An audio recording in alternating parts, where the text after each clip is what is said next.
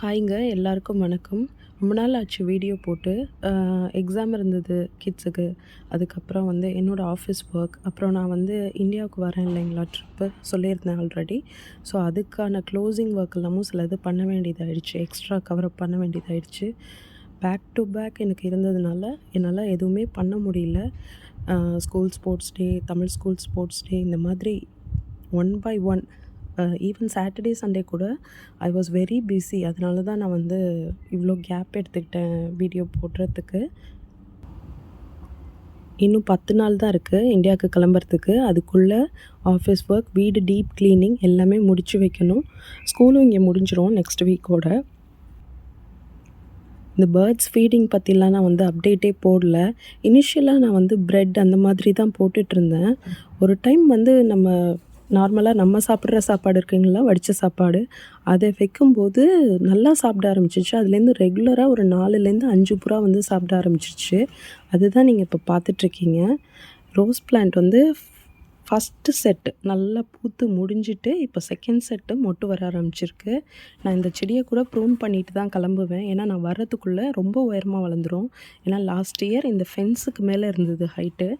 அது வந்து கொஞ்சம் ட்ரிம் பண்ணி விட்டு போனாங்க கார்டனர். அதுக்கப்புறம் தான் நான் ப்ரூன் வந்து ஜனவரி மந்தில் பண்ணேன். ஸோ இந்த டைம் கட் பண்ணிவிட்டு போகலாம் அப்படின்ற பிளான் தான் அது இருக்கேன்.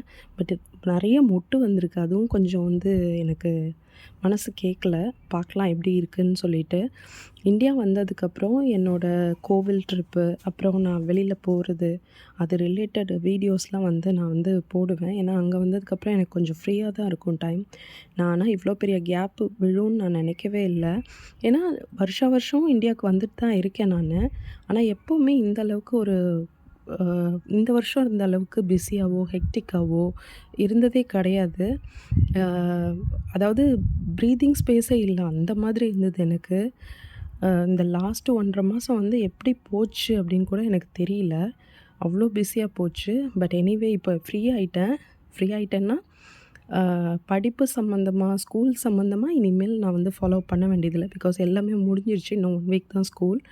மற்றபடி என்னோடய ஒர்க்கு, வீட்டு வேலைகள் அதெல்லாம் வந்து க்ளோஸ் பண்ண வேண்டிய கட்டாயத்தில் தான் இருக்கேன். எங்கள் வீட்டில் ஒரு சில அப்டேட்ஸ் கூட இருந்தது. ஒரு சில ஃபர்னிச்சர்ஸ் கூட நான் வாங்கினேன். ஹாலில் வந்து வைக்கிறதுக்காக ஒரு சின்ன ஷோகேஸ் மாதிரி ஒரு வுடன் பீஸ் ஒன்று வாங்கினேன். அதே மாதிரி பெட்ரூமில் வைக்கிறதுக்கான ட்ரெஸ்ஸிங் டேபிள் வாங்கினேன். ஆக்சுவலாக அதெல்லாம் காமிக்கணும்னு நினச்சேன். ஆனால் என்னால் காமிக்கவே முடியல. அந்த ட்ரெஸ்ஸிங் டேபிள் வந்து 2 வீக்ஸ் கழித்து தான் நாங்கள் அசெம்பிளே பண்ணோம். அந்தளவுக்கு இருந்தோம். ஸோ அது எல்லாமே உங்களுக்கு ஒன் பை ஒன்னாக வீடியோஸ் காட்டுறேன் நான். இந்த பார்பிக்யூ ஏரியா கூட நான் செட்டப் பண்ணணும்னு தான் நினச்சேன். பட் அதுவும் பண்ண முடியாமல் என்னால் போயிடுச்சு. ஸோ இனிமேல் பேக் டு பேக் எல்லாமே பண்ணணுன்ற ஐடியாவில் இருக்கேன். கோவில்கள்லாம் நிறைய போவேன் நான். போகும்போது எந்தெந்த கோவில், என்னென்ன சிறப்பு வாய்ந்த கோயில்கள் அதெல்லாமும் பற்றியும் நான் வந்து அப்டேட்ஸ் கொடுக்குறேன். இந்தியா வர்றதுக்கான ஷாப்பிங் எல்லாம் பண்ணியிருக்கேன். சில ட்ரெஸ்ஸஸ்லாம் எல்லாமே ஆன்லைனில் தான் இந்த வாட்டி போட்டிருக்கேன். ஏன்னா சாட்டர்டே, சண்டே கூட நான் ஏற்கனவே சொன்னேன் இல்லைங்களா, ஸ்கூல் ப்ராக்டிஸு, ஸ்போர்ட்ஸ் டே ப்ராக்டிஸ்க்காக தமிழ் ஸ்கூல் கூட்டிகிட்டு போனதுனால என்னால் வந்து பண்ண முடியல. ஸோ ஷாப்பிங் எல்லாமுமே ஆன்லைனில் தான் போட்டிருக்கேன். நான் அந்த ட்ரெஸ் எல்லாமும் உங்ககிட்ட நான் காட்டுறேன்.